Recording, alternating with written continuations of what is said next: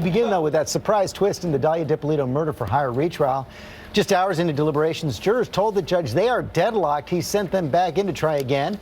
ABC's Ryan Smith here with the details. Good morning, Ryan. Good morning, George. 5 years ago, Dalia Dippolito was convicted of murder in just 3 hours. That conviction overturned. Now in a retrial after 6 hours of deliberating and viewing more than an hour of recordings of her alleged murder for hire plot, this Florida jury says they can't reach a unanimous verdict. This morning, a jury will attempt for a second time to determine the fate of Dalia Dippolito.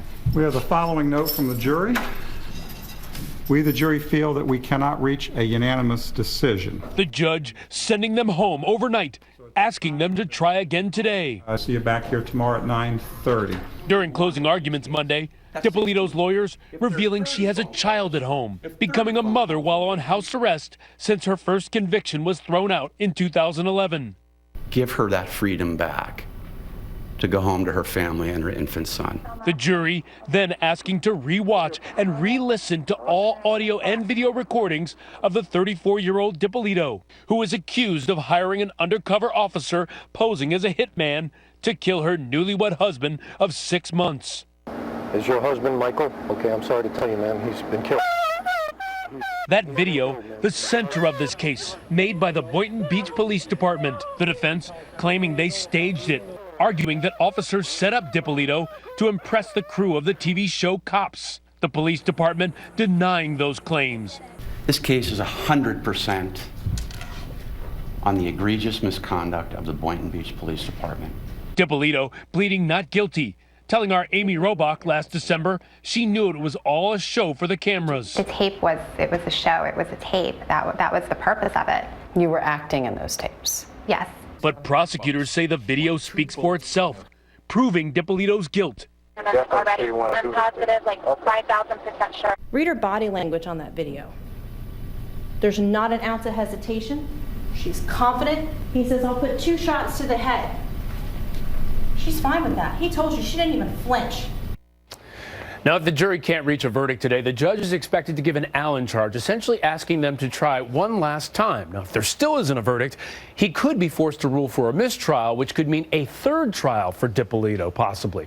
Now, if convicted, she faces up to 20 years in prison, George. Okay, Ryan, thanks very much. Dan Abrams right here to talk about this as well. It only takes one. Wait, what? The Dalia Dippolito jury is divided?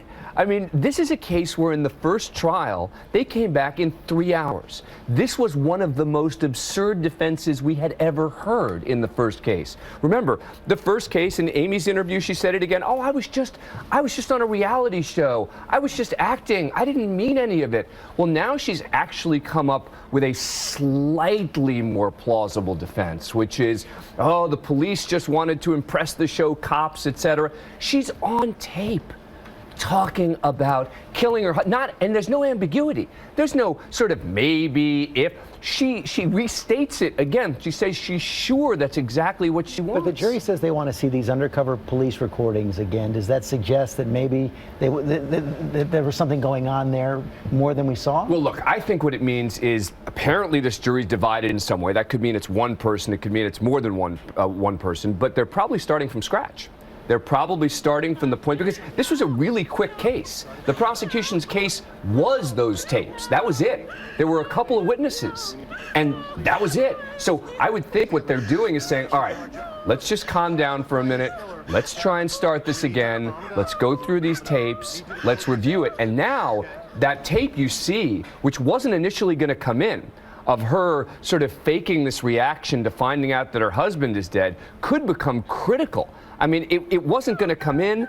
The defense brought it up on cross-examination. Boy, wouldn't that be interesting if that became a critical factor. But this is stunning. Let's be clear. It is stunning that this jury is divided. It's divided. Based on what you're saying, prosecutors will go back again? Oh, yeah. There'll be a third trial. Because remember, the first one, the only reason she got a new trial was because of an allegation of something that happened in jury selection. She was convicted.